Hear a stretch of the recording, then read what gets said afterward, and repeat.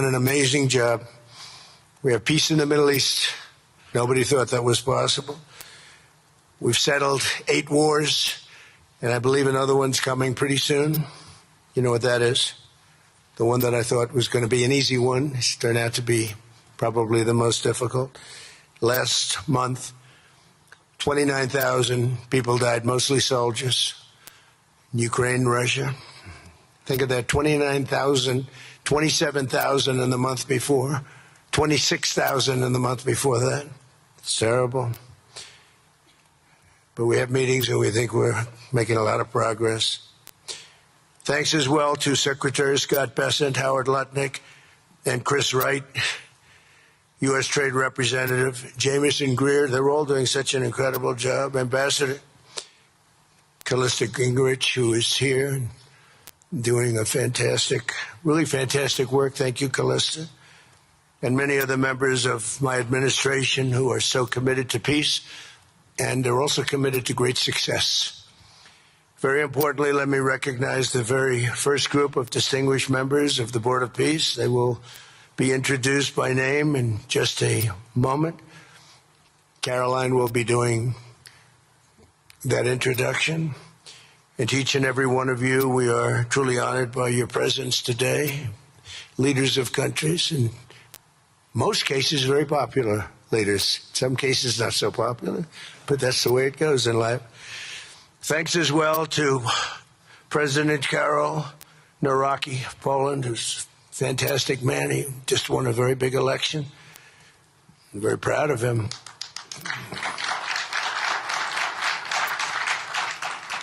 Amazing. Along with former Prime Minister of the United Kingdom, Tony Blair. Thank you, Tony, for being here. We appreciate it. And members of the Board of Peace Executive Board, great group. This week marks the 1-year anniversary of my second inauguration as president. No administration in history has achieved such a sweeping turnaround in 12 months' time at home and abroad. We have a tremendous mandate. We won the popular vote by millions. We won every swing state to 7. They were saying, can he win all 7? Is it possible? Because it's not done. And we won all 7. We have a great mandate back at home. As I said yesterday, the U.S. economy is booming with virtually no inflation. It was 1.2% for the last 3 months. And we inherited the worst inflation in the history of our country. And we have economic growth now of 5.4%, it looks like. And I think that number can double and triple if we do the right things and if we change thinking so that if you announce good numbers, the markets go up instead of if you announce good numbers, the market goes down because everybody tries to kill it by lowering or raising interest rates depending on the situation. When America booms, the entire world booms.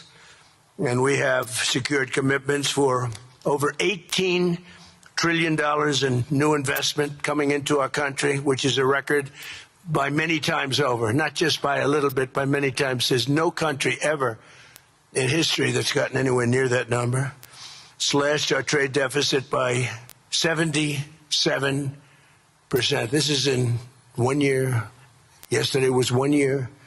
And signed historic trade deals with nations from all over the globe.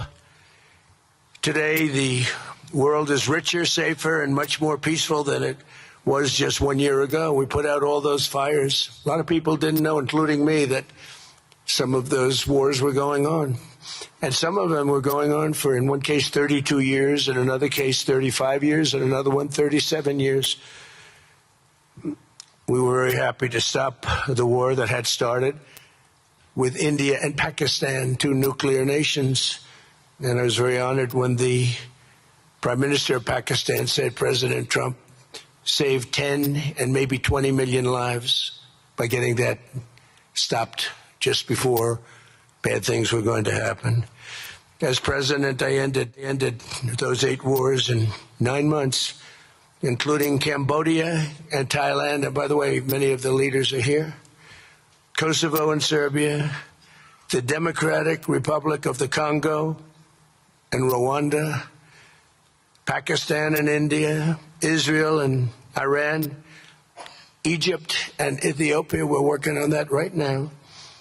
I met yesterday with a very good general and a very good leader of Egypt. We're working on a dam that was built which precludes the Nile River from getting water. It's a little tough situation, but we'll get that settled. I really had it just about settled in my first term, and then we had a rigged election. Took me out of commission for a little while, but here I am back. We'll get it settled. But it's a pretty tough situation. A dam was built, and the water doesn't come down to the Nile. When I think of Egypt, I think of the Nile, but I think of the Nile with water in it.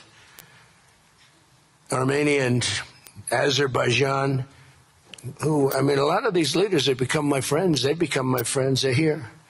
And, of course, the war in Gaza, which is really coming to an end. We have little fires that we'll put out, but they're little. They were giant, massive fires, and now they're down to little fires. We can put them out very easily. We have 59 countries that are involved in peace in the Middle East. Many of them not in the Middle East. They're near the Middle East, but they're not in the Middle East. And many have said that if Hamas doesn't do what they promised they would do, and I think they probably will, but they were born with rifles in their hands. They were literally born. The first day they had a rifle put into their hands, but they have to give up their weapons. And if they don't do that, it's going to be the end of them. But many countries have told me we want to go in and do it, and they really aren't countries that you traditionally think of as being involved in that. But that's the fire. Hezbollah in Lebanon, we have to do something about that. But these are, I call them remnants. They're small remnants compared to what it was before. It was massive, large, powerful countries fighting each other. In another great victory for the ultimate goal of peace, in June, we obliterated Iran's nuclear enrichment capacity with operation, we call it Operation Midnight Hammer. It was midnight, it was dark, no moon, and every single one of those bombs from the B-2 bombers hit the air shafts and went deep into the earth and totally obliterated everything that they were doing. They were 2 months away from having a nuclear weapon. Can't let that happen. And Iran does want to talk, and we'll talk. We've also hit ISIS in Syria, and very strongly, as you know. In my first administration, I took out al-Baghdadi, the founder of ISIS, and he was trying to start it up again because due to the tremendous talent of General Raisin Kane, as I call him, he wiped out ISIS in a period of 3 weeks in my first term. We had a great first term, but the second term is, I think, blowing it away, actually. But we took out ISIS, and we hit, it was gone, but during the Biden administration, it formed again a little bit. We hit it very hard in Syria. And Syria, by the way, I spoke with the president, is making a lot of progress, tremendous progress, actually. We're very happy about that. We took off all sanctions, which gives them a chance to breathe. And he is working very, very hard, and I think he's going to put it all together. So many things are happening, many good things. Threats to Europe and America, the Middle East, and other places are really calming down. It's a lot different than it was just 1 year ago. Just 1 year ago, the world was actually on fire. A lot of people didn't know it. And in Nigeria, we're annihilating terrorists who are killing Christians. We've hit them very hard.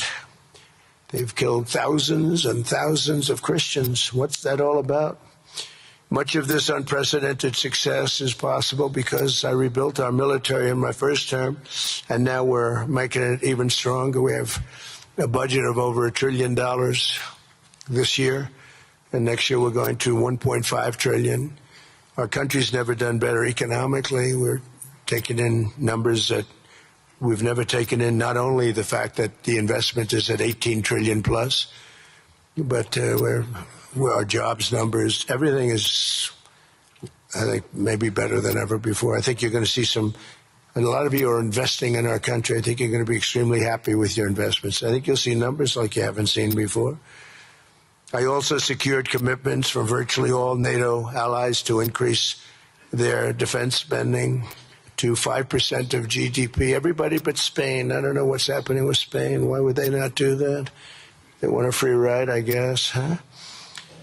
Every country but Spain increased to 5%. I don't know why. We're going to have to talk to Spain.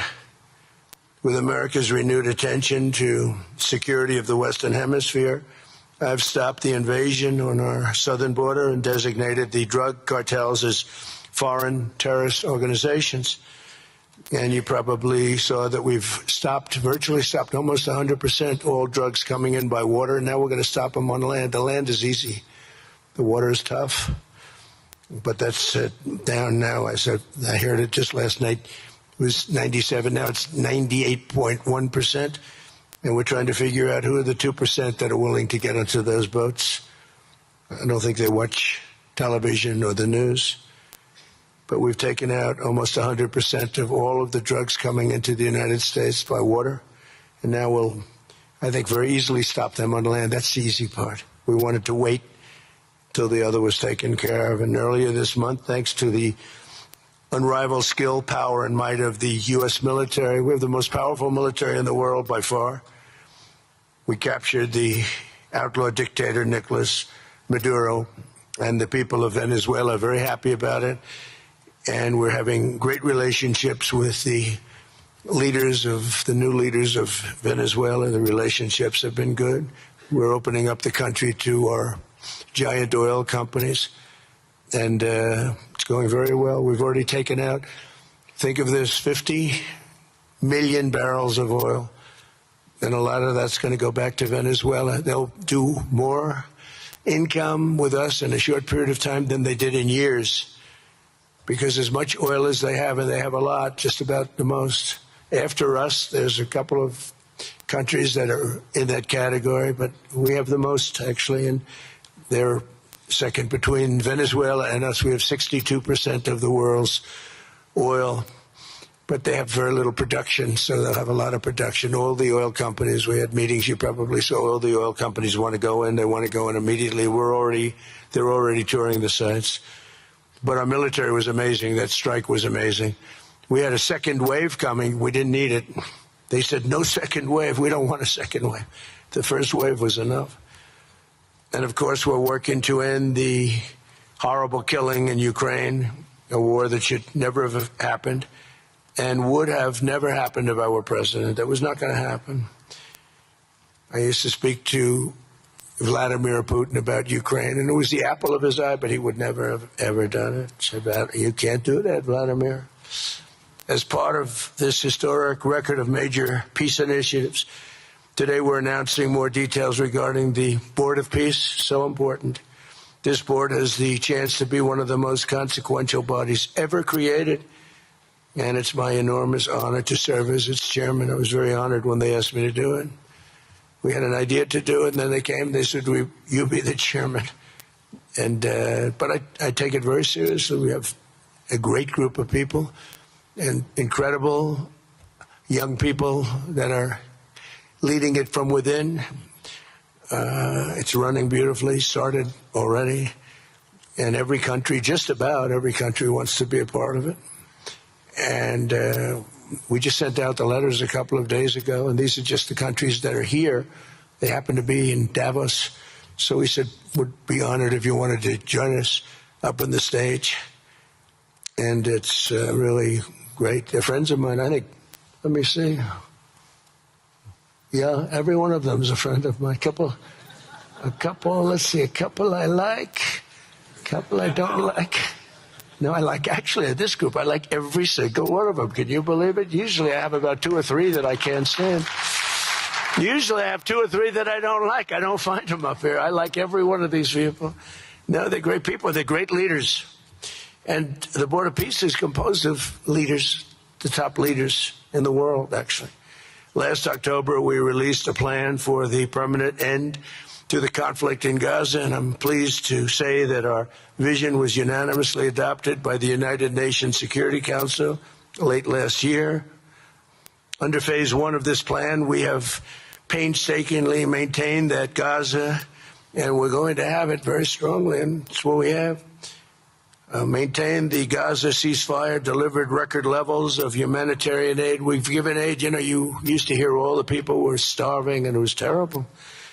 Now you don't hear that anymore. We've delivered record levels of humanitarian aid. I want to thank the United States, but I want to thank some of the countries that are sitting right up here, because they've sent great aid, aid also in the form of money, where we go out and purchase food, and you don't hear those stories anymore with people starving. And secured the release of all 20, we secured the release of all 20 living hostages. Now, I want to thank Steve Witkoff and Jared and everybody for working so hard. They worked so hard, but there were 20 remaining living hostages. Now, we got hundreds out, but the last 20, I said, boy, that's going to be a tough one. I said that a year before, and it was a tough one, but we got them. Got all 20, every one of them. And we had also about 28 that were dead, but the parents wanted them just as though they were living, just as much. Some cases it almost seemed more. It was amazing, actually, the love but their boy had been killed. In just about all cases, young men. Their boy had been killed, and they wanted the body of the boy, and it looked like it couldn't be done. And with the exception of one, and we're close on the track of that, we've got them all, every single one of them, which is amazing. It's a rough job. That was a rough job. And I've been very clear that Hamas must return that last remaining deceased hostage as well, and that will be the full commitment. And then we get on to other things, and we're committed to ensuring Gaza is demilitarized, properly governed, and beautifully rebuilt. It's going to be a great plan, and that's where the Board of Peace really started. And I think we can spread out to other things as we succeed with Gaza. We're going to be very successful in Gaza. It's going to be a great thing to watch, and we can do other things. We can do numerous other things. Once this board is completely formed, we can do pretty much whatever we want to do, and we'll do it in conjunction with the United Nations. I've always said the United Nations has got tremendous potential, has not used it, but there's tremendous potential in the United Nations, and you have some great people at the United Nations, but so far it hasn't. On the 8 wars that I ended, I never spoke to the United Nations about any of them. And you would think that I should have. You would think they could have done those 8 wars, but they couldn't have. And they tried, I guess, in some of them, but they didn't try hard enough. But there's tremendous potential with the United Nations. And I think the combination of the Board of Peace with the kind of people we have here, coupled with the United Nations, can be something very, very unique for the world. It's for the world. This isn't United States. This is for the world. As everyone can see today, the first steps toward a brighter day for the Middle East and a much safer future for the world are unfolding right before your very eyes. Together we are in a position to have an incredible chance. I don't even call it a chance. I think it's going to happen. To end decades of suffering, stop generations of hatred and bloodshed, and forge a beautiful, everlasting, and glorious peace for that region and for the whole region of the world, because I'm calling the world a region. The world is a region. We're going to have peace in the world. And boy, would that be a great legacy for all of us. Everybody in this room is a star, or you wouldn't be here. There's a reason that you're here, and you're all stars. You're the biggest people, the most important people in the world, most powerful people in the world. And when you use that genius that you have, that very unusual, very inspired genius, when you use that for peace, the opposite of peace has no chance. So I just want to say it's tremendous to be with you, and I think this is something that we're doing that's very important. This is the most important. I was so looking forward to being here, and yesterday was a tremendous success. A lot of good things happened, but this was something that I really wanted to be here and do, and I could think of no better place because so many people were together. And now to bring the Board of Peace into full force, I ask Sheikh 𝗖𝗹𝗹𝗀 of Bahrain and Foreign Minister 𝗣𝗿𝗲𝗀 of Morocco to join me in signing and ratifying the Board of Peace charter. Thank you very much, everybody. Appreciate it. Thank you.